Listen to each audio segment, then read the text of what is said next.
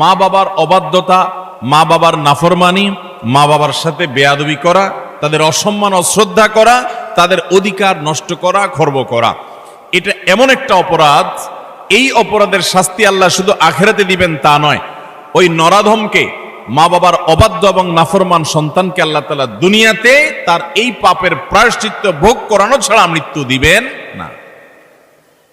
এ বিষয়ে মুস্তাদরাক হাকিমের বর্ণিত একটি হাদিস আছে, নবী আলাইহিস সালাম বলেছেন, বাবানি মুআজ্জালানি উকুবাতুহুমা ফিদ দুনিয়া আল বাগয়ু ওয়া উকুকুল ওয়ালিদাইন।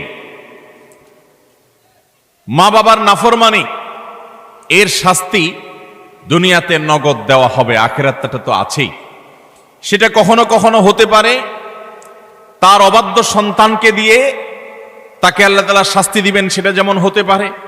আবার এমনও হতে পারে তার সন্তান নেই কিংবা সন্তানরা অবাধ্য না, আল্লাহ তাআলা তাকে অন্যভাবে অপমান অপদস্থ করে, লাঞ্ছনা দিয়ে, কষ্ট দিয়ে, তার থেকে নেয়ামত ছিনিয়ে নিয়ে কোনো না কোনো ভাবে আল্লাহ তাআলা তাকে শাস্তি দিবেনই দিবেন।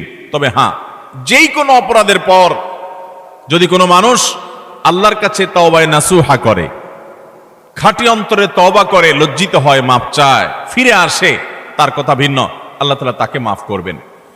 কারোর যদি বাবা মা দুনিয়াতে বেঁচে থাকেন আর বাবা মার প্রতি তার কখনো অশ্রদ্ধা হয়, অসম্মান হয়, বেয়াদবি হয়, তাহলে সেটার প্রায়শ্চিত্ত হলো বাবা মার কাছে মাপ চাওয়া, চোখের পানি ফেলে দিয়ে। যতক্ষণ পর্যন্ত অন্তর থেকে তারা ক্লিয়ারেন্স না দিবেন যে ঠিক আছে তোমার ব্যাপারে আর কোনো দুঃখ আমার অন্তরে নেই, ততক্ষণ পর্যন্ত মা বাবার কাছে ক্ষমা চাইতে থাকা, এটা হলো এই অপরাধের তওবা।